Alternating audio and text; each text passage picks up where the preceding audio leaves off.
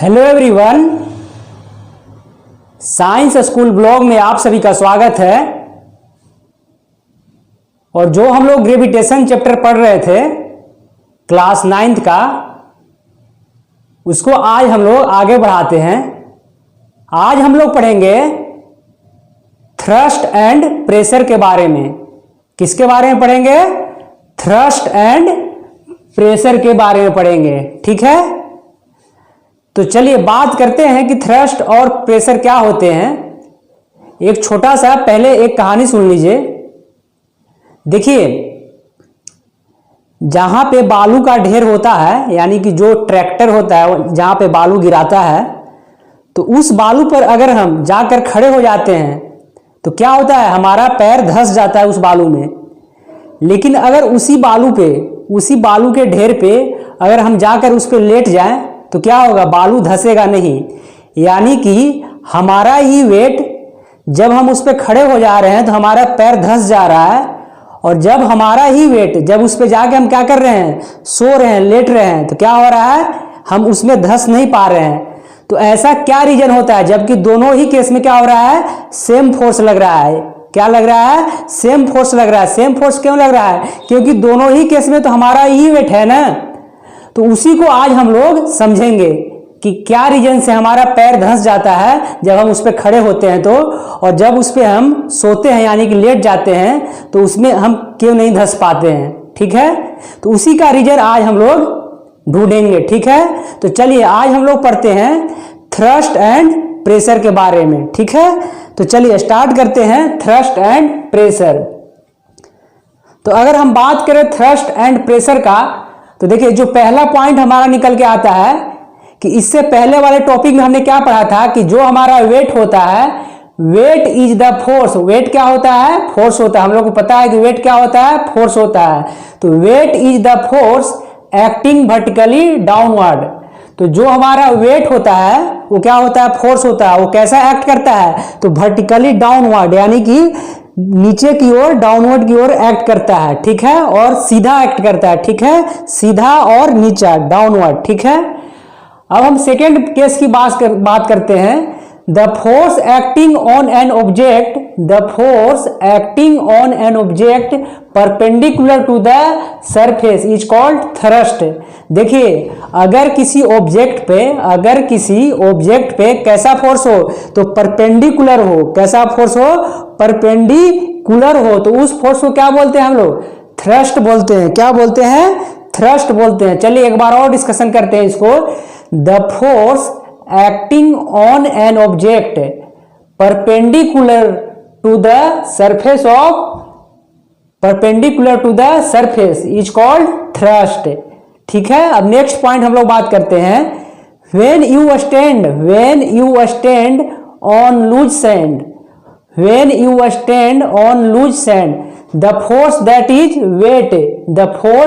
the weight of your body is acting on an area equal to the area of your feet। कह रहा है कि जब आप लूज सैंड पे खड़े होते हैं तो फोर्स कैसा लगता है? तो फोर्स क्या होता है? हमारा बॉडी का वेट के बराबर होता है। तो the weight of your body, और कैसा एक्ट करता है? तो परपेंडिकुलरली एक्ट करता है नीचे, ठीक है। और किसके बराबर होता है? तो हमारा वेट के बराबर होता है, ठीक है। और क्या एरिया होगा? तो जब हम खड़े होंगे तो हमारा एरिया कौन सा होगा? तो जो हमारा पैर वाला एरिया टच करेगा वही एरिया होगा। तो कह रहा है कि when you stand on loose sand, the force that is the weight of your body is acting on an area equal to the area of your feet। अगर दूसरा केस की बात करें कि when you lie down, the same force act on an area equal to the contact area of your whole body which is larger than the area of your feet।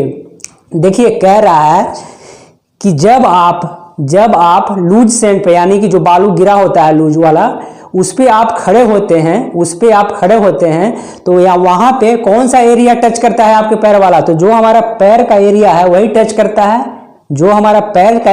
Touch करता है, लेकिन जब हम लोग उस लूज सैंड पे क्या करते हैं, लाई कर जाते हैं उस पे, यानी कि सो जाते हैं, तो क्या करता है हमारा एरिया कौन टच करता है, तो जो हमारा पीछे वाला शरीर का एरिया होता है होल बॉडी का वही टच करता है। तो किसका एरिया ज्यादा है, तो जब हम सो रहे हैं उस केस में एरिया ज्यादा है, लेकिन जो हमारा फोर्स है, वेट है, दोनों ही केस में क्या है, सेम है। ठीक है, यही ये दोनों ही पॉइंट कहना चाहता है। ठीक है, in the above cases thrust is the same, कह रहा है कि इन दोनों ही केस में जब हम बालू पे खड़े होते हैं या फिर बालू पर सोए हुए होते हैं, तो इन दोनों ही केस में in the above cases thrust is the same. Thrust कैसा है, तो थ्रस्ट हमारा सेम है, चाहे हम सोए रहें या फिर बालू पे खड़े रहे, तो थ्रस्ट क्या होगा, सेम होगा। बट इफेक्ट आर डिफरेंट, और इसका इफेक्ट क्या होगा, डिफरेंट होगा।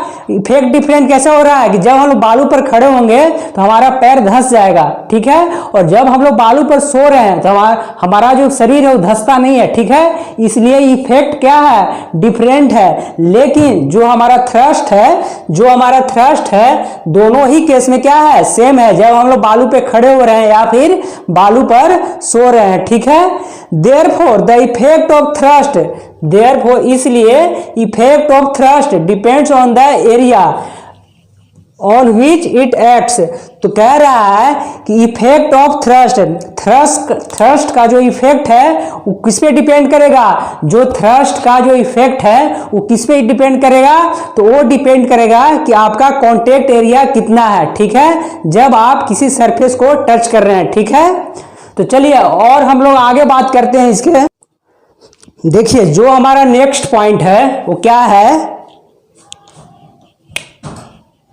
The effect of thrust on sand is larger while standing than while lying. देखिए जो हमारा थ्रस्ट का इफेक्ट है वो लार्जर है, किस केस में, जब हम लोग बालू पे खड़ा हो रहे हैं, देखिए जब हम लोग बालू पे सो रहे हैं उस केस में थ्रस्ट का इफेक्ट कम है, लेकिन जब हम लोग बालू पे खड़े हो रहे हैं उस केस में हमारा थ्रस्ट का इफेक्ट ज्यादा है। ठीक है, द थ्रस्ट ऑन यूनिट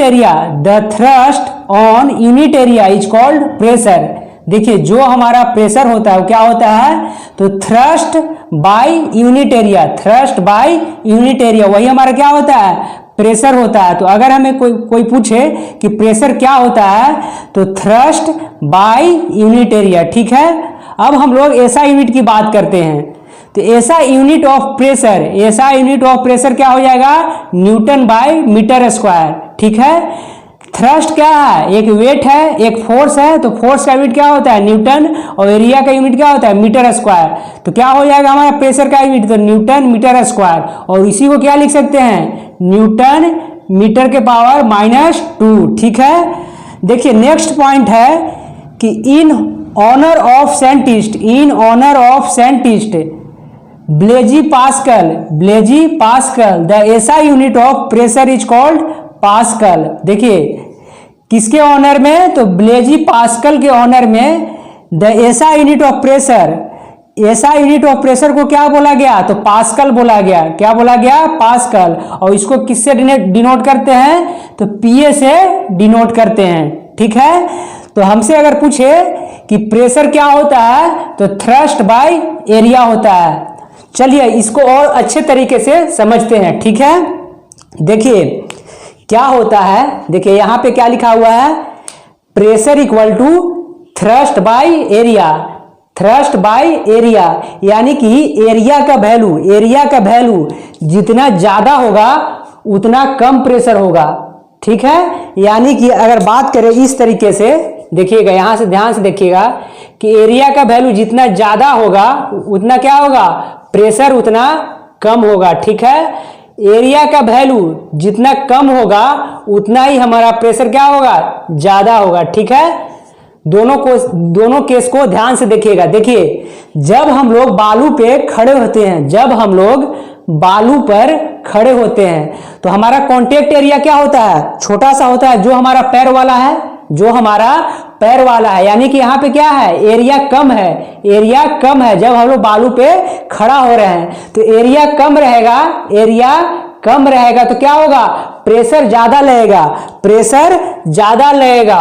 और प्रेशर अगर ज्यादा लग रहा है तो क्या होगा, हमारा पैर बालू में धंस जाएगा। ठीक है, देखिए अगर हम लोग बालू पर सोते हैं, अगर हम लोग बालू पर सोते हैं या फिर लेटते हैं, एक ही बात है, तो जो हमारा कांटेक्ट एरिया है, यानी कि जो कांटेक्ट कर रहा है बालू से बहुत ज्यादा है, यानी कि पूरा शरीर ही कांटेक्ट कर रहा है, तो यहाँ पे एरिया बहुत ज्यादा हो गया, यहाँ पे एरिया बहुत ज्यादा हो गया।